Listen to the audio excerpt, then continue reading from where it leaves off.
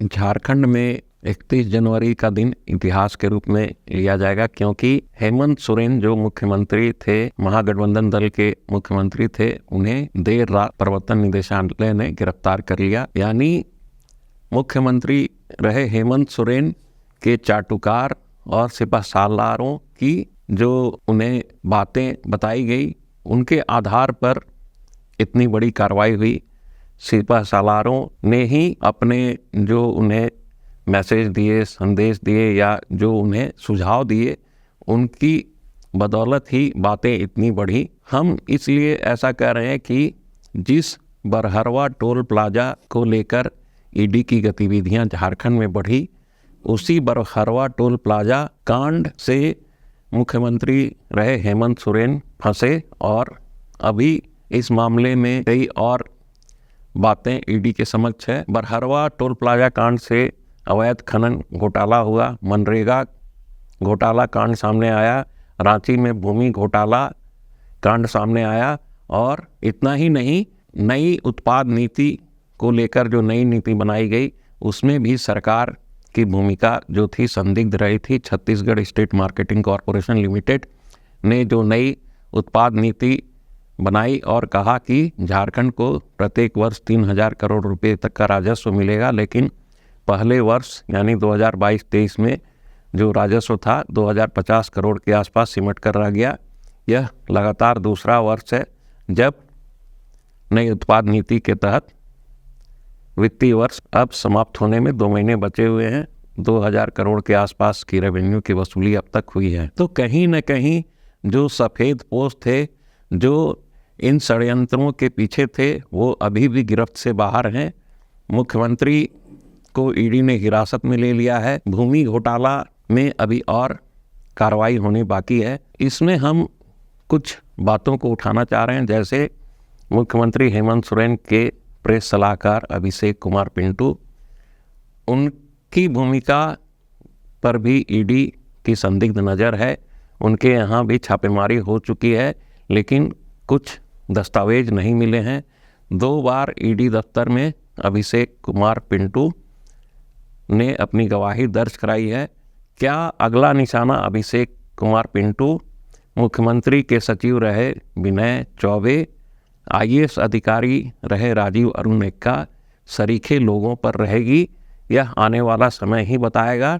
लेकिन जिस तरह इस कार्रवाई यानी ईडी के समन और सरकार के प्रयास के बाद जो सिपहसालारों ने जो सुझाव दिए, क्या उसी के चलते ईडी के हिरासत में मुख्यमंत्री को जाना पड़ा? ईडी के सिपहसालारों के सुझावों के बाद ही झारखंड सरकार सुप्रीम कोर्ट तक गई, हाई कोर्ट तक गई, लेकिन सुप्रीम कोर्ट में भी सरकार को राहत नहीं मिली, मुख्यमंत्री को राहत नहीं मिली। हाई कोर्ट में भी किसी तरह की राहत मुख्यमंत्री को नहीं मिली। बीती रात हाई कोर्ट के जो है महाधिवक्ता राजीव रंजन ने ईडी कार्यालय जाकर मुख्यमंत्री से मुलाकात की थी।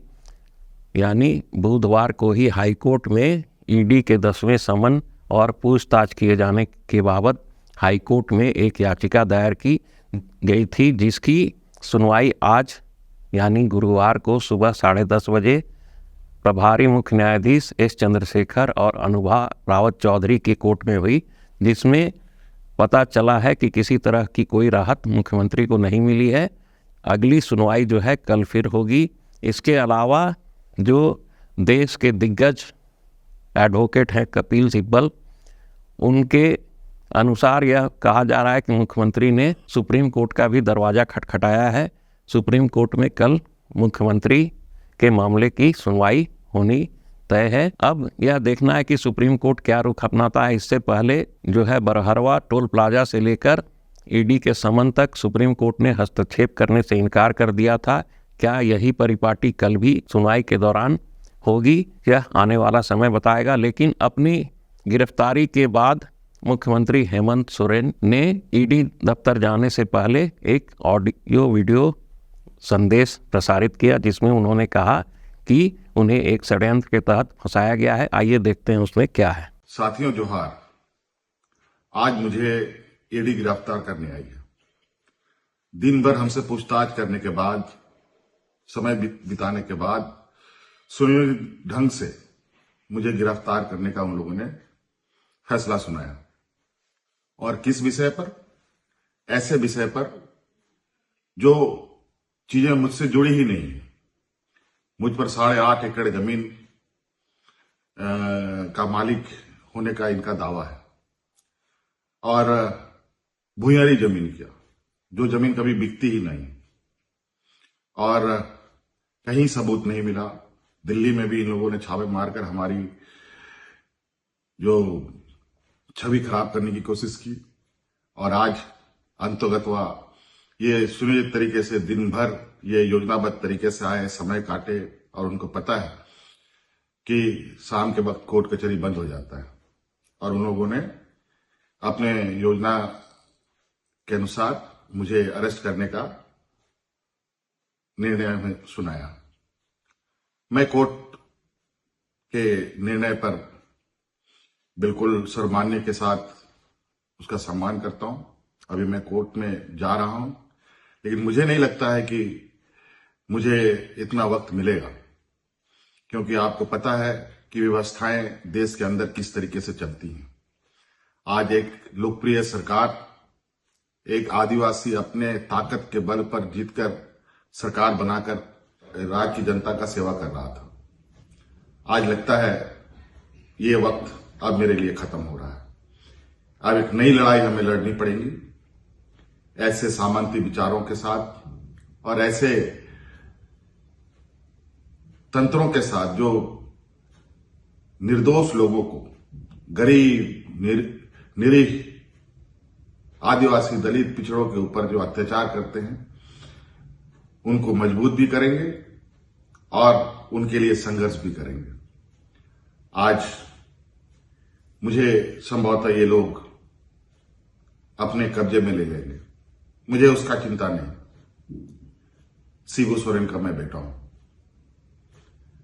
संघर्ष हमारे खून में है और संघर्ष करेंगे, लड़ेंगे, जीतेंगे भी।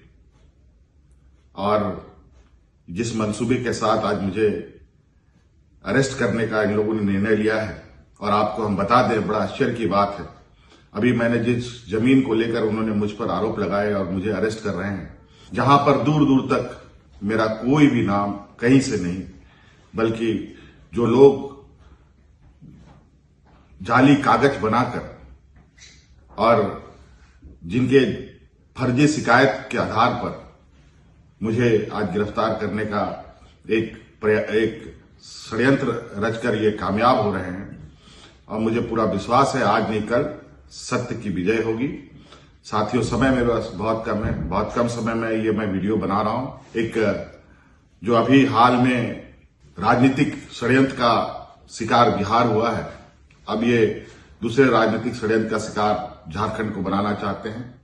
लेकिन आप अस्वस्थ रहें, हेमंत सोरेन झारखंड के हर एक व्यक्ति के दिल में है, हर एक नौजवानों के दिल में है, हर एक बुजुर्गों के दिल में है, हर एक बच्चों के दिल में रहेगा।